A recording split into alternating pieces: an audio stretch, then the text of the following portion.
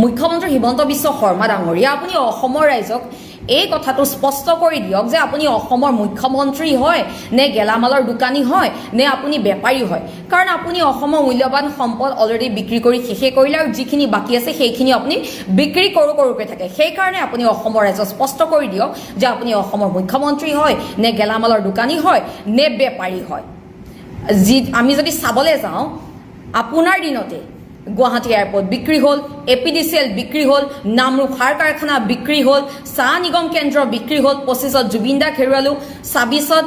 আমি কাজিৰঙা হেৰুৱাব গৈ আছোঁ 27ত চাগে নুমলীগড়খন হেৰুৱাম যিদৰে আমি উজনি হেৰুৱাবলগীয়া হ'ল এক প্ৰকাৰ হেৰুৱাবলগীয়া বুলিয়ে ক'ব লাগিব কাৰণ উজনি বহু বছৰ পিছুৱাই গ'ল কয়লা শিল বালি চিণ্ডিকেটৰ ফলত উজনিৰ আজি এই অৱস্থা হৈছে আমি কয়লা হেৰুৱালোঁ শিল হেৰুৱালোঁ বালি হেৰুৱালোঁ পথাৰ হেৰুৱালোঁ এতিয়া আমি কাজিৰঙাখনো হেৰুৱাব লাগিব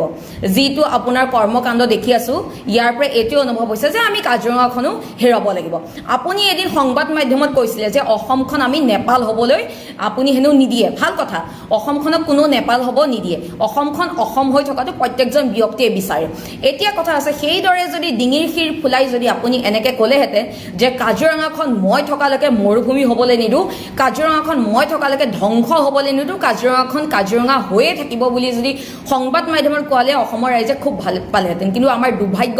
আপোনাৰ মুখৰ পৰা সেইবিলাক কথা শুনিবলৈ নাপাওঁ আপোনাৰ মুখত কেৱল 5 ষ্টাৰৰ কথা শুনিব পাওঁ আপোনাৰ মুখত কেৱল ব্যৱসায়ীৰ কথা শুনিবলৈ পাওঁ এনেকুৱা অনুভৱ হয় আপুনি মুখ্যমন্ত্ৰী কম যেন বিজনেছমেন হে আপোনাৰ কৰ্মকাণ্ড দেখি অনুভৱ হয় লগতে যিসকল অন্ধভক্তই কাজিৰঙা ইক' চেঞ্চিটিভ জোন হ্ৰাস কৰা পক্ষত থিয় হৈ চৰকাৰী পক্ষত আন্দোলন কৰিছিলে চৰকাৰীক ছাপোৰ্ট কৰি পেলাই আন্দোলন কৰিছিলে সেইসকল অন্ধভক্ত কৈছোঁ আপোনালোকে এই অন্ধভক্ত চোলাটো খুলক কাজিৰঙাৰ পক্ষত থিয় দিয়ক কাজিৰঙা ৰক্ষা কৰক অনবৰতে 24 ঘণ্টা অন্ধভক্ত চোলাটো পিন্ধি নাথাকিব লগতে মুখ্যমন্ত্ৰী ডাঙৰীয়া আপোনাৰ যি শাসনৰ 3টা ফৰ্মুলা সেই 3টা ফৰ্মুলা সকলোৱে জানে বিৰোধীক দমন সাধাৰণ ৰাইজক প্ৰলোভন আৰু হিন্দু মুছলিমৰ বিভাজন আপুনি যিদৰে এই 3টা ফৰ্মুলা ইউজ কৰি পেলাই সাধাৰণ ৰাইজক নচম বুলি ভাবিছে কিন্তু সাধাৰণ ৰাইজ ইমান মূৰ্খ নহয় আপোনাৰ মতে সাধাৰণ ৰাইজ নানাছে আৰু লগতে মুখ্যমন্ত্ৰী ডাঙৰীয়া আপুনি কাজিৰঙাখন আপোনাৰ পৈতৃক সম্পত্তি নহয় আগতেও কৈছোঁ এখন বিশ্ব ঐতিহ্য ক্ষেত্ৰ হয় বিশ্বৰ প্ৰত্যেকজন ব্যক্তিৰে অধিকাৰ আছে যদি আপুনি ইমানেই ব্যৱসায় কৰিব বিচাৰিছে কাজিৰঙা ৰাষ্ট্ৰীয় উদ্যানৰ নামটো সলাই টকাঘটাৰ ৰাষ্ট্ৰীয় উদ্যান কৰি দিয়ক তাত আমাৰ ক'বলগীয়া নাই যদি আপুনি ইমানে বিজনেছ কৰিব বিচাৰিছে লগতে আপুনি যি ধৰণে মানে কাজিৰঙাখনক লৈ আপুনি যি ধৰণে বক্তব্যবিলাক দি আছে লগতে আপুনি কৈছিলে যে আপুনি হেনো বিকাশ কৰিছে বিকাশৰ ধুমুহাত হেনো মানুহ থিয় হ'ব নোৱাৰে এতিয়া কথা আছে এনেকুৱা ধৰণৰ বিকাশ কৰিছে য'ত নেকি মানুহ এতিয়া কাজিৰঙা ৰক্ষাৰ বাবে ৰাজপথত ওলাই আহিছে এনেকুৱা বিকাশ নালাগে বিজেপিৰ বিকাশ মানে সাধাৰণ ৰাইজৰ বিনাশ বুলি ক'ব লাগিব আপোনালোকৰহে বিকাশ হৈছে সাধাৰণ ৰাইজৰ জীৱ জন্তুৰ বিনাশ হৈছে আমাক এনেকুৱা উন্নয়ন নালাগে আপুনি বহুত উন্নয়ন কৰিলে এনেকুৱা উন্নয়ন কৰিলে য'ত নেকি খিলঞ্জীয়া মহিলা নিজৰ ভেটিটোৰ কাৰণে ৰাজপথত ওলাই আহিব লাগে আপুনি এনেকুৱা উন্নয়ন কৰিলে য'ত নেকি আজি শিক্ষকসকলে নিজৰ প্ৰাপ্যৰ কাৰণে আন্দোলন কৰিব লাগে আপুনি এনেকুৱা ধৰণৰ উন্নয়ন কৰিলে য'ত নেকি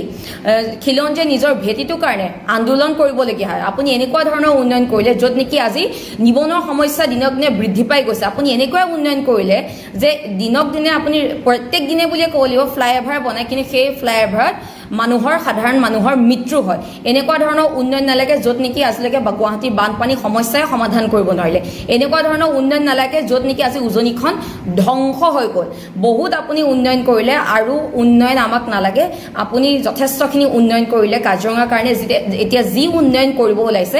আৰু উন্নয়ন কৰিব নালাগে কাজিৰঙাখন কাজিৰঙা হৈ থাকিবলৈ দিয়ক এতিয়া এনেকুৱা অনুভৱ হৈছে যেন গণতন্ত্ৰ নাই এতিয়া গুণ্ডাতন্ত্ৰ চলি আছে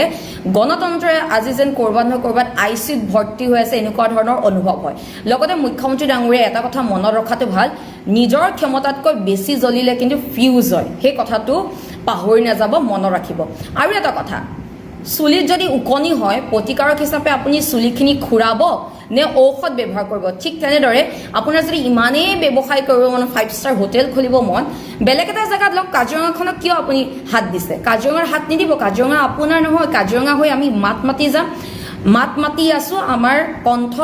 ৰুদ্ধ কৰিব নোৱাৰে কাৰণ কাজিৰঙাখন কাৰো পৈতৃক সম্পত্তি নহয় কাজিৰঙাখন সকলোৰে হয় কাৰণ বিশ্বৰ ঐতিহ্য ক্ষেত্ৰ সেইটো কথা আপুনি মনত ৰখাটো ভাল আৰু এটা কথা আপোনাক সেইদিনাই চিনি পালোঁ যিদিনা আপুনি জাতিৰ সলনি ৰুটি শব্দটো ব্যৱহাৰ কৰিলে কাৰণ আপুনি জাতিৰ কথা চিন্তা নকৰে সেই আপুনি ৰুটিৱালা বিজনেছমেনৰ কথা চিন্তা কৰে সেইকাৰণেতো আপুনি শ্লোগান জাতি মাতি ভেটিৰ সলনি জাতিটোৰ ঠাইত আপুনি ৰুটি ব্যৱহাৰ কৰিলে তেতিয়াই গম পাইছিলোঁ যে আপুনি অসমীয়া ৰাইজৰ পক্ষত নাই আপুনি কেৱল ব্যৱসায়ীসকলৰ পক্ষতে আছে আপোনাৰ কৰ্ম কাণ্ডৰ দেখি পেলাই এতিয়া এনেকুৱা অনুভৱ হৈছে